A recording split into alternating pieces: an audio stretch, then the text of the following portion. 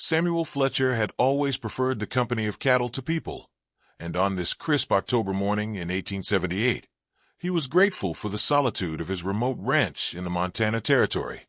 The 42-year-old rancher had built his spread in the foothills of the Rockies, far from the nearest town of Cedar Falls, where whispers and judgmental stares couldn't reach him.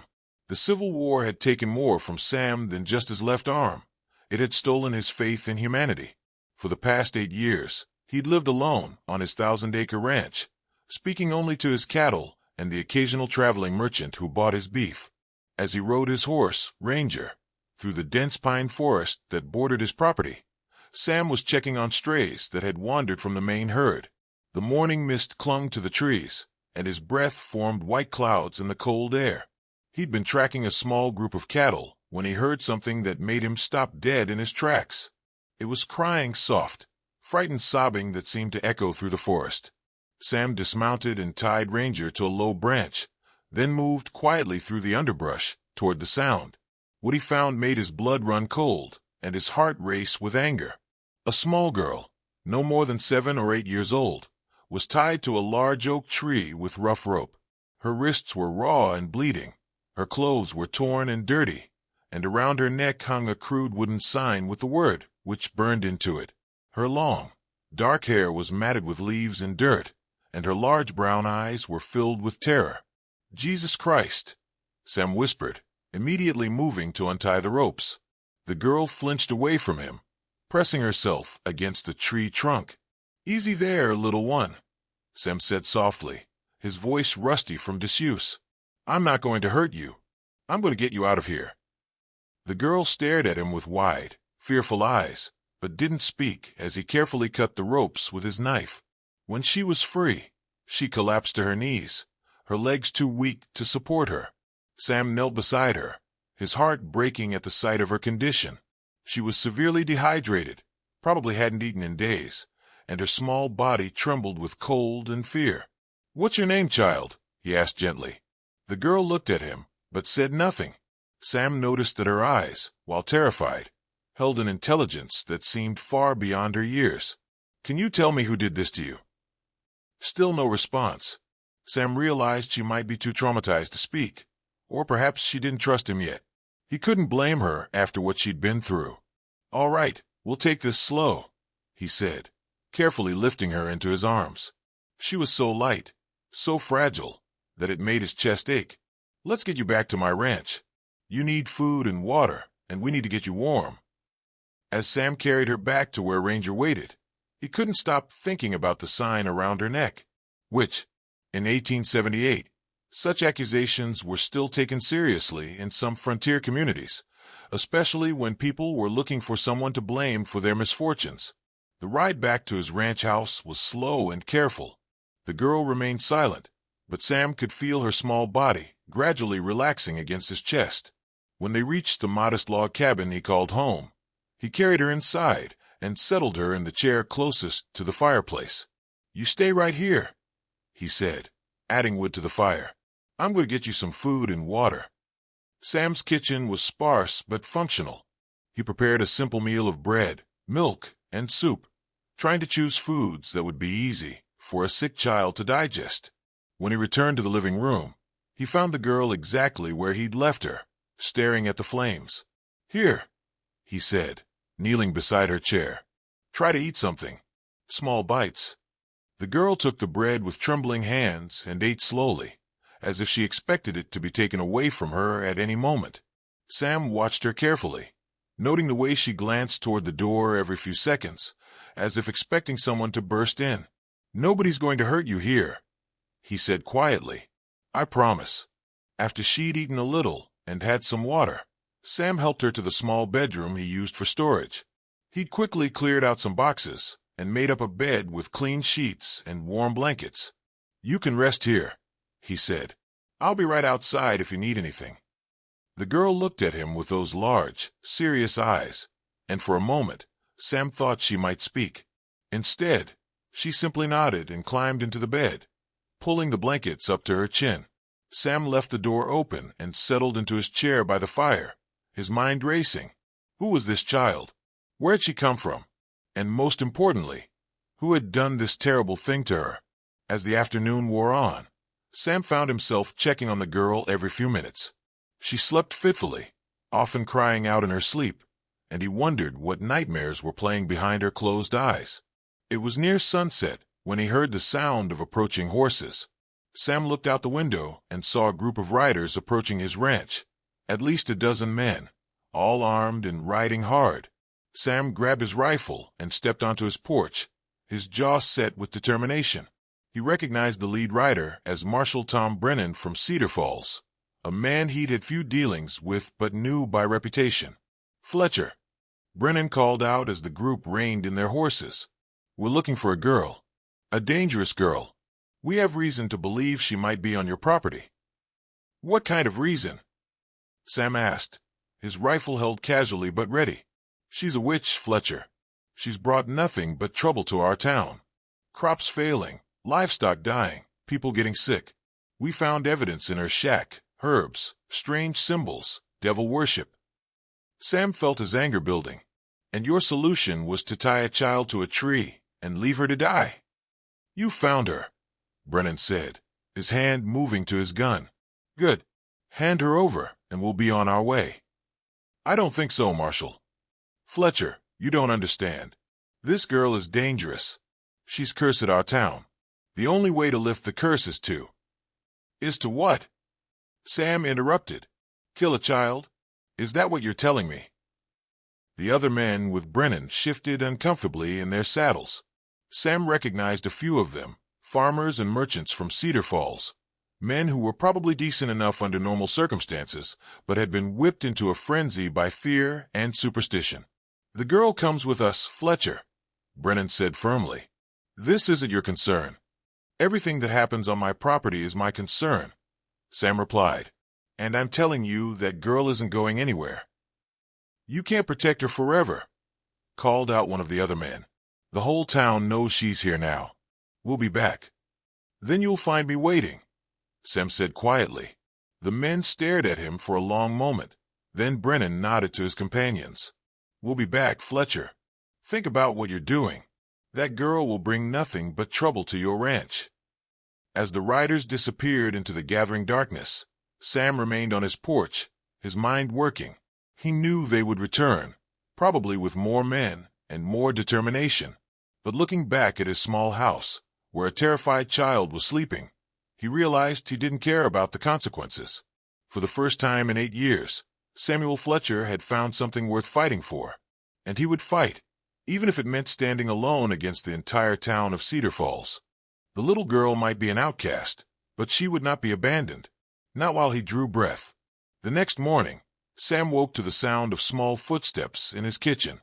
He found the girl standing by the window, still wearing the torn dress from yesterday, watching the sunrise paint the mountains in shades of gold and pink. "Good morning," Sam said softly, not wanting to startle her. "Did you sleep at all?" The girl turned to look at him, and Sam was struck again by the intelligence in her eyes. She nodded slightly, then pointed to the coffee pot on the stove. "You want some coffee? It might be a bit strong for you, but I can add some milk and sugar."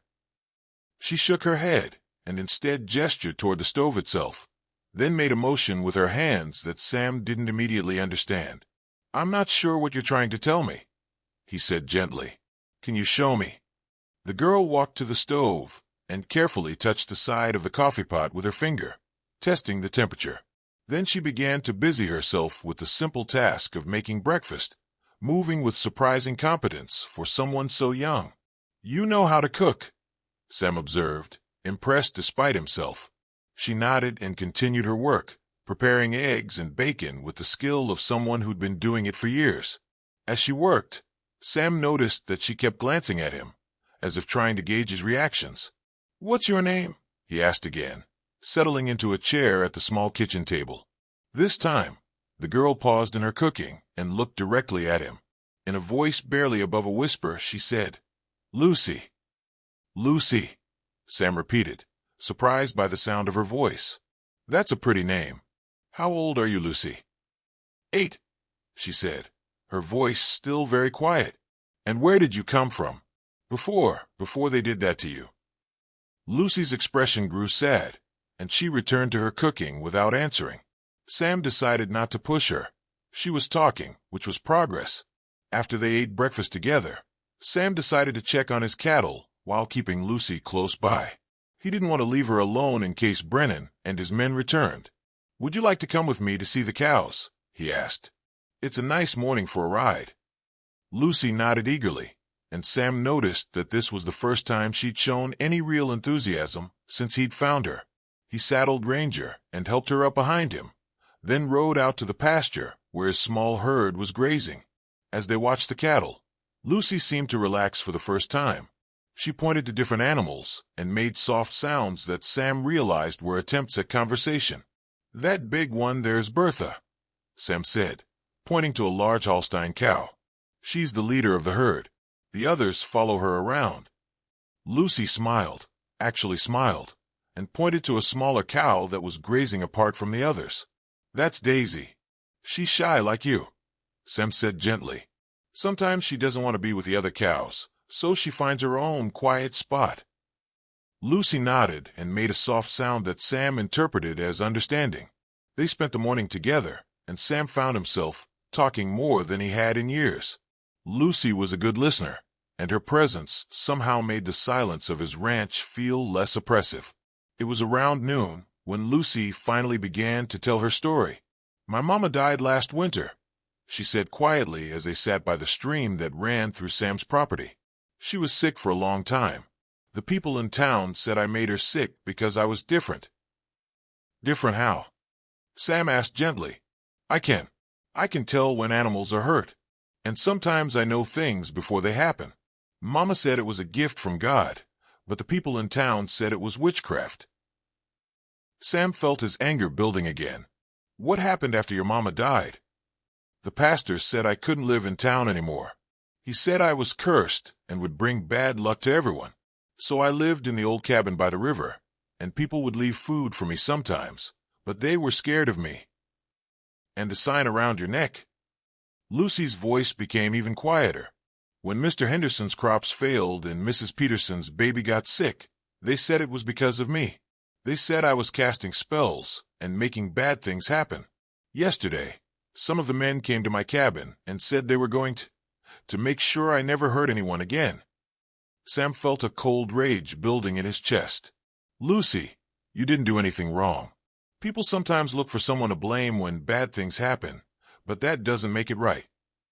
Are you going to send me away too?" Lucy asked, her voice trembling. "No," Sam said firmly. "You're safe here. I promise." That afternoon, Sam decided to ride into Cedar Falls to get supplies and to learn more about the situation. He didn't want to leave Lucy alone, but he also knew he needed to understand what they were up against. "I have to go to town," he told Lucy. "I want you to stay in the house and don't open the door for anyone except me. Can you do that?" Lucy nodded solemnly, and Sam could see the fear returning to her eyes. "I'll be back before dark," he promised. "And Lucy, you're not cursed. You're just a little girl who's been through something terrible. But you're safe now." The ride to Cedar Falls took 2 hours, and Sam used the time to think about what Lucy had told him. A child who could sense when animals were hurt wasn't a witch. She was just unusually sensitive and observant. But in a frontier town where superstition often trumped common sense, such abilities could easily be misinterpreted. Cedar Falls was a typical frontier town. One main street lined with wooden buildings, a church, a saloon, and a general store. But as Sam rode down the street, he noticed that the usual bustle of activity was subdued.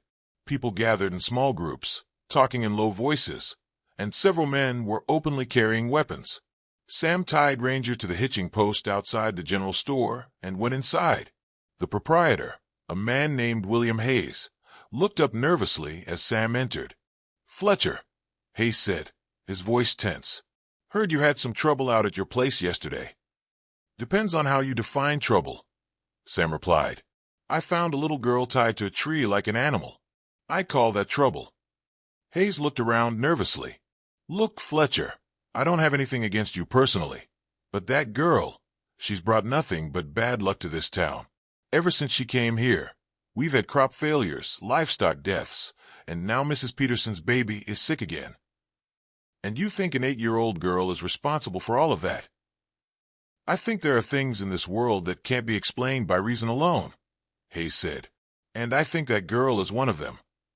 Sam bought his supplies and left the store, but he could feel eyes watching him from every window and doorway. The fear in the town was palpable, and he realized that Lucy was in more danger than he'd initially thought. As he prepared to leave town, Marshal Brennan approached him. "Fletcher, I hope you've reconsidered your position," Brennan said. "That girl needs to face justice for what she's done." "What exactly has she done, Marshal? Can you name one crime she's committed?" "She's a witch, Fletcher. She's cursed our town. She's a child who's been orphaned and terrorized by people who should have protected her," Sam replied. "And if you or anyone else tries to harm her, you'll have to go through me."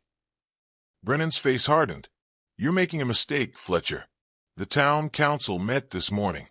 They've decided that the girl must be dealt with, one way or another." "Then the town council had better be prepared for a fight," Sam said quietly. As he rode back to his ranch, Sam realized that he was no longer just protecting Lucy. He was taking a stand against the kind of mob mentality that had destroyed his faith in humanity years earlier. For the first time since the war, he felt like he was fighting for something that mattered. Lucy was waiting for him when he returned, her small face pressed against the window. When she saw him, she smiled with relief, and Sam felt his heart warm in a way it hadn't in years. "I told you I'd be back," he said, lifting her into his arms. "And I keep my promises." That night, as Lucy slept peacefully in her bed, Sam sat by the fire cleaning his rifle. He knew that Brennan and the others would return, probably with more men and more determination. But he also knew that he wouldn't, abandon this child. Lucy had found her way into his heart, and Samuel Fletcher was prepared to fight the entire world to keep her safe. 3 days passed peacefully at the Fletcher Ranch. Sam found himself settling into a routine he'd never imagined, caring for another human being. Lucy helped with simple chores around the house, and Sam was amazed at how quickly she adapted to ranch life. She seemed to have a natural affinity for the animals, and the cattle, which usually shied away from strangers, appeared calm and content around her. "Look, Mr. Sam," Lucy said one morning, pointing to a cow that had been limping the day before. "Bessie's leg is better now." Sam examined the cow and was surprised to find that the swelling in her leg had indeed gone down significantly. "You're right, Lucy. How did you know?" "I can just tell," she said simply. "She's not sad anymore." Sam was beginning to understand that Lucy's supposed witchcraft was actually an unusual sensitivity to the emotions and physical states of animals. It was a gift, not a curse, but he also understood why superstitious people might fear it. Their peaceful routine was shattered on the 4th morning when Sam spotted dust clouds on the horizon. A large group of riders was approaching the ranch, and this time there were more than a dozen men. "Lucy, go inside and stay away from the windows," Sam said, his voice calm but urgent. "Remember what I told you. Don't come out no matter what you hear." Lucy's face went pale, but she nodded and hurried into the house. Sam checked his rifle and took position on the porch, watching as the riders approached. Marshal Brennan was leading the group again, but this time he was accompanied by more men than before, farmers, merchants, and even Pastor Williams from the Cedar Falls Church. Sam recognized most of them, and his heart sank as he realized how deeply the fear had spread through the community. "Fletcher," Brennan called out as the group stopped in front of the ranch house. "We've come to talk." "Then talk," Sam replied, his rifle visible but not yet aimed. Pastor Williams, a tall, thin man with graying hair and intense eyes, urged his horse forward. "Samuel, I know you're a God-fearing man.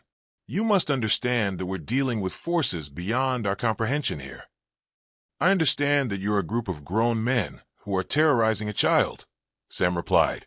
"That's all I need to comprehend." "The girl is not natural," Williams continued. "Since she arrived in our town, we've had nothing but misfortune. Crops failing, animals dying, children falling ill. These are signs, Samuel, signs that evil has taken root among us. The only evil I see is standing in front of me right now," Sam said quietly. One of the farmers, a man named John Peterson, pushed his horse forward. Fletcher, my baby girl is sick again. She was getting better, but now she's worse than ever. That which is killing my daughter. Your daughter is sick because it's autumn and children get sick, Sam replied. It has nothing to do with Lucy. Lucy, Peterson's voice rose. You've named the demon? You've invited it into your home. Sam felt his temper flaring. I've given shelter to a frightened child. Something you people should have done months ago instead of driving her into the wilderness. Marshal Brennan raised his hand for silence. Fletcher, I'm trying to keep this civilized. But the town council has made their decision. The girl must be turned over to face justice. What kind of justice? Sam asked. The kind that involves tying children to trees? The kind that protects innocent people from dark forces, Pastor Williams replied. The girl must be examined by church authorities. If she's found to be possessed by evil spirits, she'll be dealt with accordingly. Sam understood the implication. In frontier communities, accusations of witchcraft often ended in only one way. She's not leaving this ranch, he said firmly. Then you're harboring a witch, Brennan said. That makes you complicit in her crimes. The only crime here is what you people have done to an innocent child. The standoff continued for several minutes, with both sides unwilling to back down.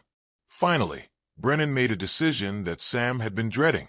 Fletcher, I'm placing you under arrest for harboring a fugitive and interfering with a lawful investigation. On whose authority? Sam asked. The authority of the territorial government and the good people of Cedar Falls, Brennan replied. Now step down from that porch and surrender your weapon. Sam's grip tightened on his rifle. I don't think so, Marshal. You're outnumbered, Fletcher. Don't make this harder than it needs to be. How hard it needs to be is up to you, Sam replied. For a tense moment, it seemed like violence was inevitable. Then, unexpectedly, another voice entered the conversation. What's going on here? Everyone turned to see a woman on horseback approaching the group. She was perhaps 30 years old, with auburn hair and intelligent green eyes. She wore a simple traveling dress, but carried herself with the confidence of someone accustomed to authority. Ma'am, this is official business, Brennan said. I'll have to ask you to move along. I'm Dr. Catherine Morrison, the woman replied. I'm the new territorial physician, and I was on my way to Cedar Falls when I saw this gathering. Is someone in need of medical attention? Sam felt a spark of hope. A doctor, especially a woman doctor, might be more sympathetic to Lucy's situation than the men who had come to take her. There's no need for medical attention, Doctor, Pastor Williams said. We're dealing with a spiritual matter. Spiritual matter? Dr. Morrison looked confused. What kind of spiritual matter requires armed men? There's a witch on this property, Peterson said. She's been cursing our town, making our children sick. Dr. Morrison's expression hardened. I see. And where is this supposed witch? She's just a child, Sam said quickly. 8 years old, orphaned, and these men have been terrorizing her. An 8-year-old witch? Dr. Morrison's voice carried a note of skepticism. That's quite an accusation. Have you examined the child to determine the cause of the illnesses you're attributing to her? We don't need to examine her, Williams said. The signs are clear enough. The signs of what? Illness, malnutrition, trauma. Dr. Morrison's professional authority was evident in her voice. As a physician, I can tell you that sick children are usually just that, sick children, not supernatural threats. Doctor, with respect, you don't understand the situation here, Brennan said. This is a matter for local authorities. Actually, Marshal, as a territorial physician, I have authority to investigate matters that affect public health. If you're claiming that this child is causing illness, then it becomes a medical matter. Sam saw an opportunity. Doctor, would you be willing to examine the child to determine if she's actually ill or if she's been mistreated? I'd be happy to, Dr. Morrison replied. In fact, I insist on it before any other action is taken. The men exchanged uncertain glances.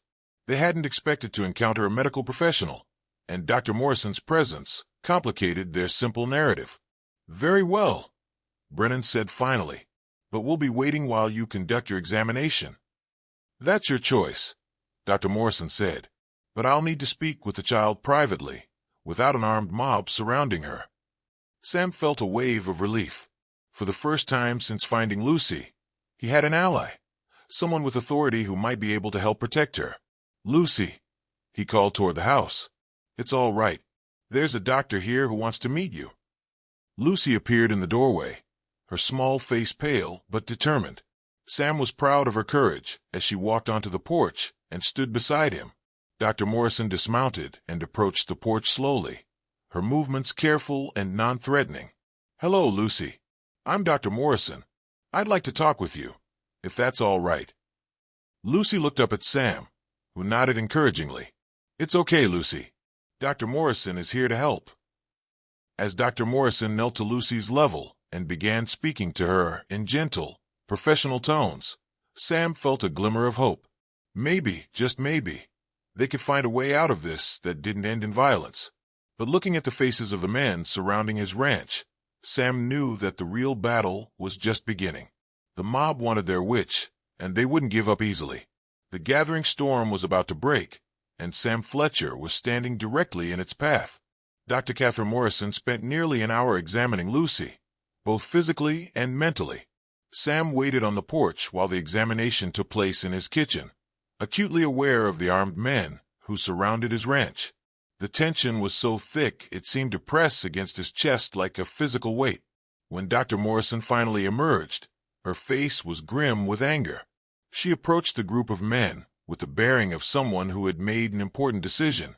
Gentlemen, she began, her voice carrying the authority of her profession, I have completed my examination of the child. What I found was not witchcraft, but evidence of severe malnutrition, dehydration, and multiple injuries consistent with physical abuse. That doesn't change what she is, Pastor Williams said firmly. Evil can take many forms. What she is, Dr. Morrison replied sharply, is a traumatized child who has been systematically abused by the very people who should have protected her. The rope burns on her wrists are infected, she's severely underweight, and she shows clear signs of psychological trauma. But the curse, Peterson started. There's no curse, Dr. Morrison interrupted. There's only a frightened little girl who has been scapegoated by adults who should know better.